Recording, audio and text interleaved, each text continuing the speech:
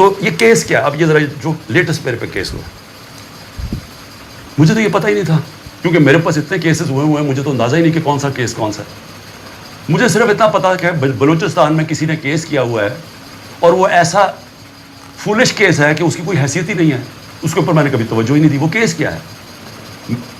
Qasim sorry rolling دیتا ہے کہ جناب یہ مراسلہ، یہ جو سائفر آیا ہے وہاں سے، اس کے ہوتے ہوئے بیرون ملک کی مداخلت ہوئی ہے ہمارے افیئرز میں، اور اس میں لکھا ہوا ہے کہ عمران خان کو عدم اعتماد میں شکست ہو۔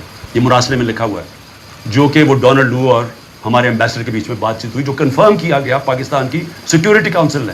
پھر جب شہباز شریف بنا پرائم منسٹر، پھر سیکیورٹی کاؤنسل میں ایمبیسڈر کو، اسد مجید کو بلایا گیا، اس نے بیٹھ کے کہا کہ ہاں یہ مجھے ڈونلڈ لو نے کہا تھا کہ عمران خان کو ہٹاؤ پرائم منسٹرشپ سے، اور یہ عدم اعتماد میں اس کو فیل کرو، اور اب یہ عدم اعتماد درج نہیں کی گئی تھی اسمبلی کے اندر۔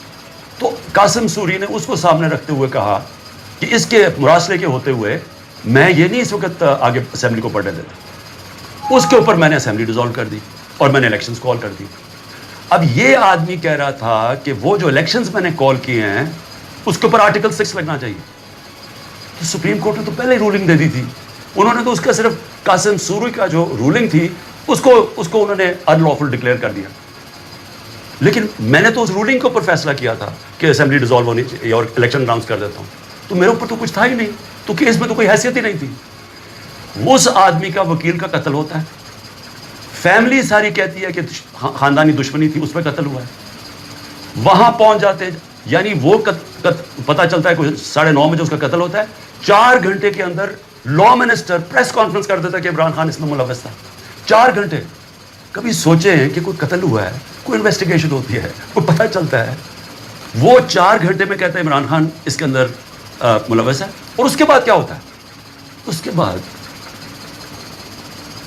آئی جی اٹھاتا ہے اس کے بیٹے کو، رات تک آئی جی اس کو اپنے پاس رکھتا ہے، اور اس سے پھر ایک اور سٹیٹمنٹ آ جاتی ہے کہ جی عمران خان نے قتل کروایا میرے باپ کو۔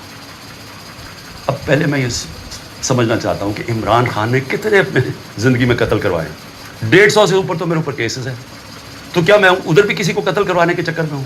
اور وہ کیس جس نے آگے بڑھنا ہی نہیں تھا، جو میرے وکیلوں نے بھی کہا کہ جس نے کس طرح آرٹیکل 6 میرے اوپر لگا سکتے تھے، جبکہ سپریم کورٹ نے رولنگ دے دی تھی اس پہ، تو میرے اوپر تو وہ ہو ہی نہیں۔ اور پھر آرٹیکل 6 کا جو ہوتا ہے یہ گورنمنٹ کرتی ہے، یہ کبھی انڈیویجول نہیں کرتا۔ تو یہ وہی ایک ان میں سے کیسز تھے جنہوں میں ان میں مجھے پھنسایا ہوا تھا۔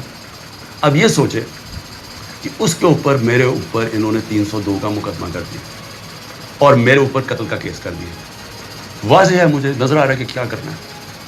اتنے زیادہ کیسز ہیں، میں اب اسلام آباد جانا ہے کل، کوئی 16 کیسز کے اوپر میں نے بیل لینی ہے۔